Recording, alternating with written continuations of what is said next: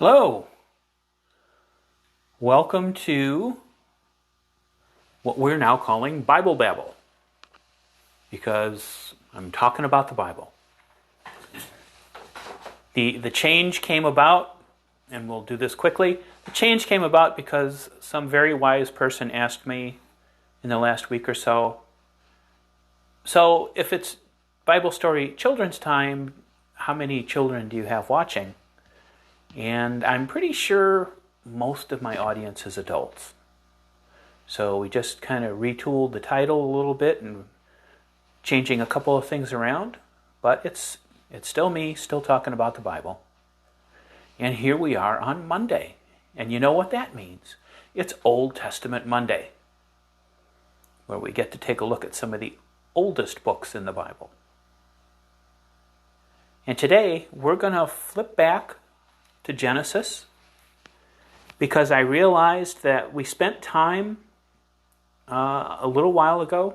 We spent some time on Joseph and his dreams and his time in Egypt,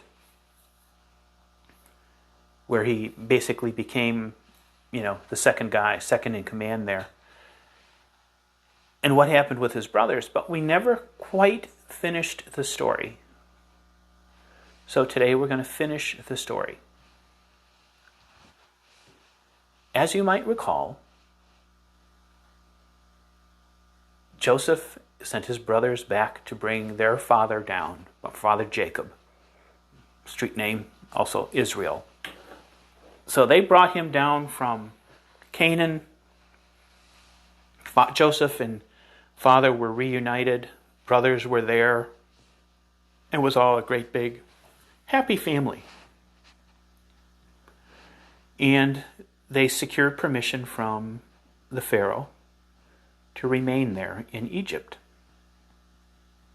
And they stayed there for some time. And then after a while, as Jacob was starting to feel old and starting to feel that the end was coming, he gathered his sons around, and he had a little last talk with them.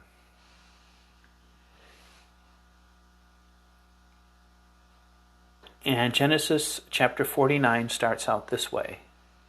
Then Jacob called his sons and said, "Gather around, that I may tell you what will happen to you in days to come. Assemble and hear, O sons of Jacob. Listen to Israel your father." And then he goes through a list of things that he believes will be happening to his sons. Now, when you look at the commentaries, there's some question. Is this prophecy? Is God enabling him to see this, and he's thereby relaying what God has shown him? Or is he just using, his spidey sense and his knowledge of his sons to tell him where they're going to end up? And which one of those it is depends on who you want to read and believe.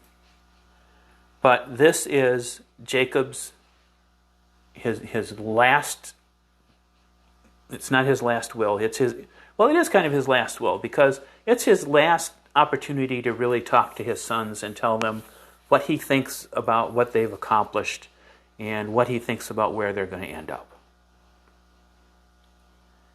And he starts out by talking about Reuben, his firstborn. And I'm just going to read you this. It says, "Reuben, you are my firstborn, my might and the first fruits of my vigor, excelling in rank and excelling in power. Unstable as water, you shall no longer excel, because you went up into your father's bed. Then you defiled it. You went up onto my couch."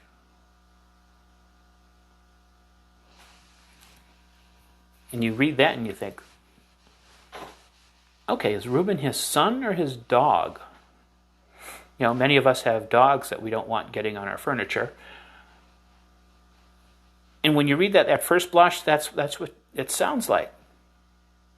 Good Lord, Reuben, you're getting on the furniture. Don't do that. You know better. And then when you kind of put it into context, what he's talking about is not getting on the furniture. What he's talking about is that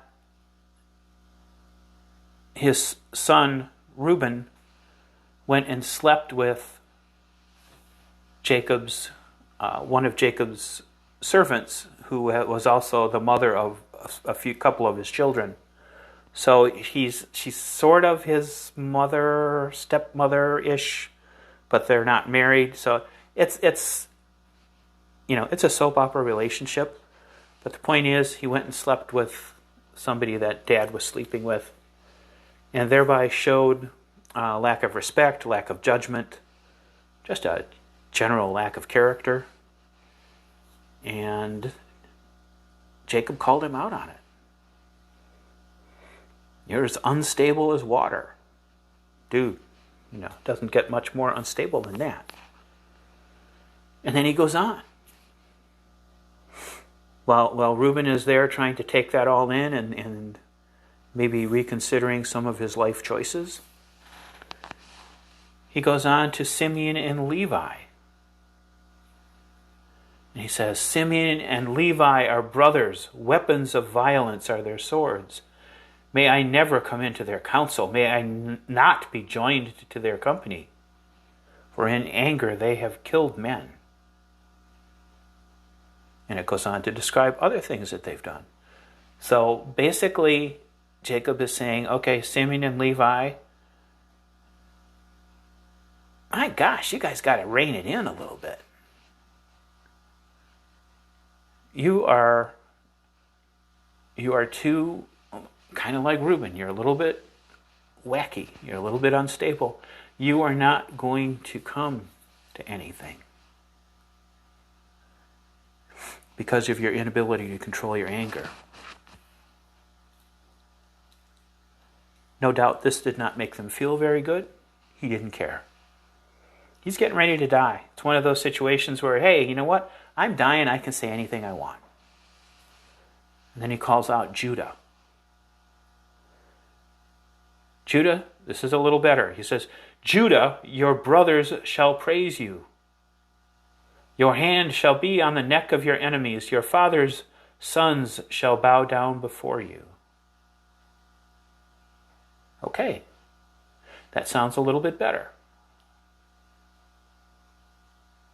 So Judah, and it goes on a little bit more, is going to go on to become a ruler back in the land of Canaan. And his family, his descendants will also be rulers in what will be one day the land of Israel. And he keeps going through this list of the rest of the brothers. Quite honest, what we would call in diplomatic terms a frank and honest appraisal of his sons. He gets to Joseph, whom he had thought was dead for many, many years, decades even. And he has basically nothing but praise for him. And then he finishes with his youngest son, Benjamin. And Benjamin, he says, is a ravenous wolf, in the morning devouring the prey and in evening dividing the spoil. Not exactly the best character reference you could get. And then it says, all these are the tribes of Israel, and this is what their father said to them when he blessed them, blessing each of them with a suitable blessing. So he had assembled all of them, and he told them what he thought of them, and then he also blessed each of them with a suitable blessing. We are not given any hint of what the suitable blessing might be. Suitable blessing might be, may you stay out of prison. Or may you always be able to find a good lawyer.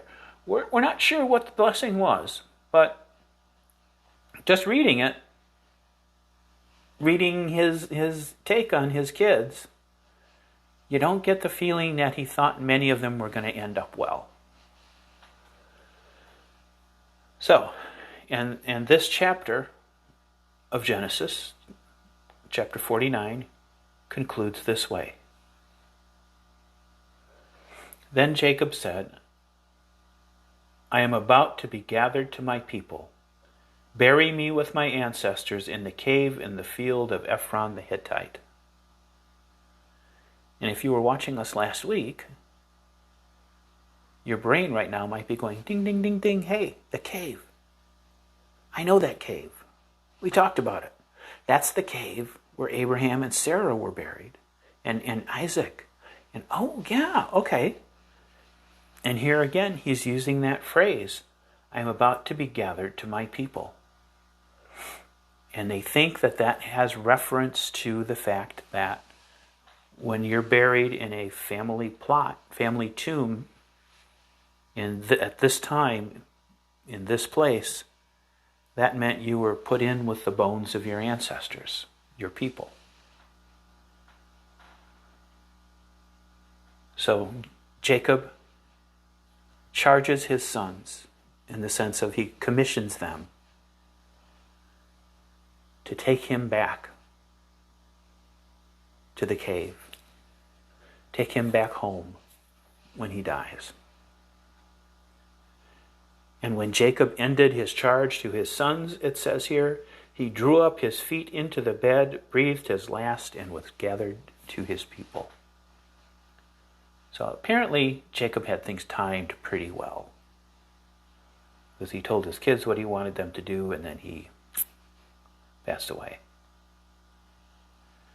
Then in the next chapter, chapter 50 of Genesis, basically the first part of it is about what happens then.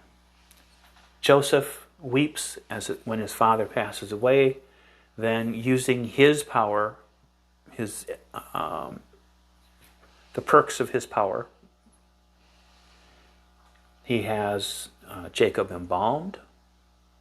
And if you know anything about history, Egyptians were pretty good at embalming.